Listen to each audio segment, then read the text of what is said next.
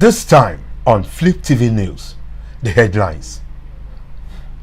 Buhari not like Sani Abacha, says Femi Adesina.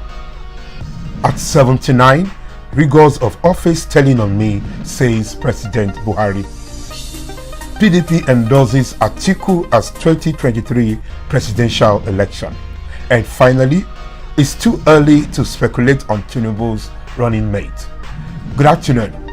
I am Shijola Afolabi. You're welcome to Fliptv News. Now, the news in details. Presidential media advisor Femi Adesina has stated that President Muhammadu Buhari is not like the late head of state, Sani Abacha. Presidential media advisor Femi Adesina said in an article on Thursday, PMB and the Future Logistics, the spokesperson mocked then military ruler to refusing to leave Aso Rock because he was scared of prophetic visions and predictions.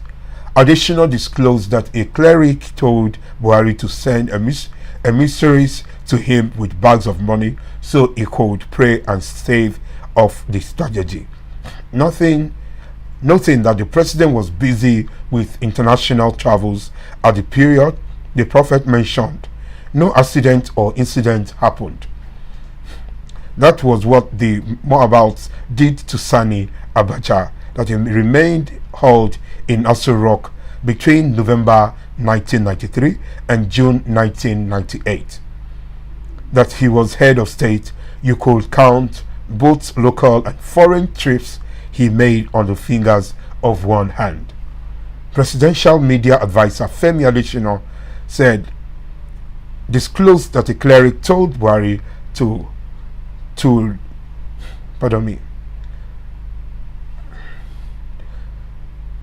The aide said the state was agog with expectations that a holiday had been declared only for Abacha not to show up after being caged by the futuristics. At another time, he had been confirmed to visit Lagos to commission projects including the Mawa Gardens in Alausa area of Ikeja. Visiting Lagos would have been good for Abacha himself. The city had been put under lockdown at the last minute. Abacha refused to show up by the horizon scanners who always see negative, never anything positive. He was said that in the few times the head of state ventured out of the fortress called Aso Rock, he would lock up all the services chiefs at the Nnamdi Azikiwe International Airport in Abuja until he returned. As the last lap of President Muhammadu Buhari's administration draws close, the president has for the first time admitted that old age is telling on him. As the last lap of President Muhammadu Buhari's administration draws close, the president took an special interview on the Nigerian Television Authority (NTA) on Thursday to make his observation, blaming part of it on the outbreak of COVID-19 and the rigors of managing the affairs of the nation. Buttressing the claims, Buhari said the outbreak of COVID-19 greatly reduced the number of persons he receives on a daily basis at the presidential villa.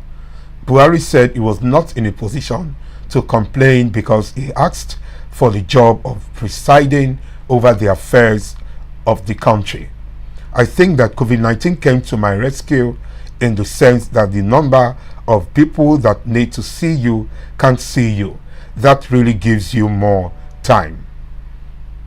As the president took in an interview buttressing the claims that Buhari said he was not in a position to complain because he asked for the job of presiding over the affairs of the country.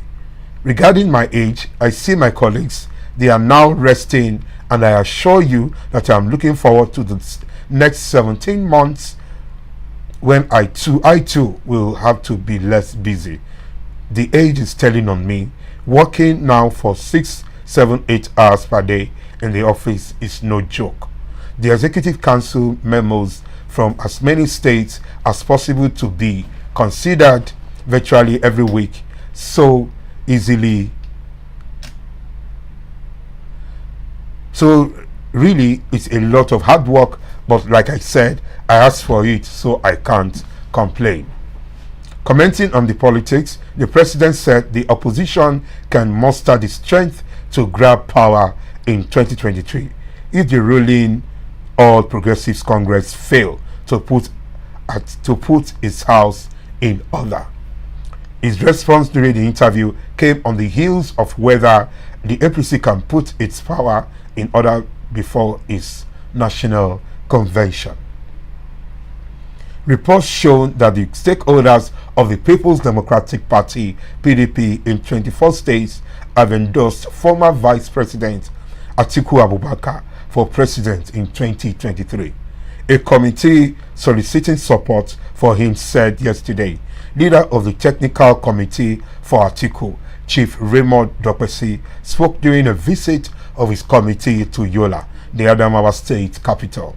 He said Adamawa was the 24th state his committee was visiting, and that all the 24 states showed overwhelming support for Atiku.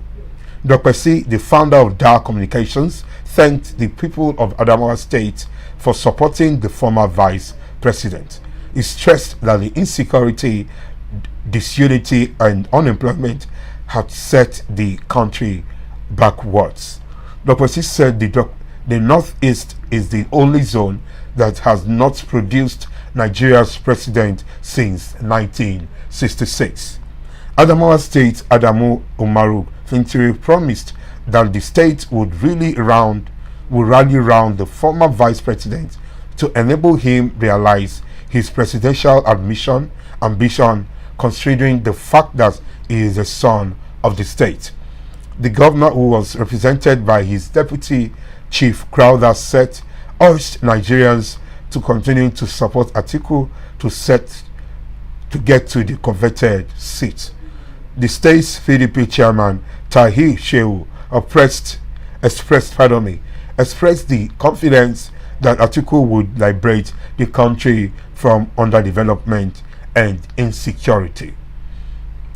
Amid reports that the All Progressives Congress leader Bola Ahmed Tinubu would picking up a Muslim running mate if he emerged as the APC presidential flag bearer, his spokesperson Mr. Tunde Ramon has said it was too early for such speculations.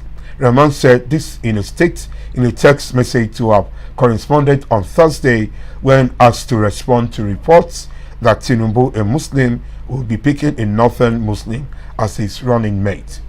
The Director General of the Tinubu Support Group, Abdul Mumin Jibrin, had said during an interview on Channels Television that it did not matter if Tinubu picked a Muslim as his running mate, adding that Nigerians would choose competence over ethnic and religious reconsideration.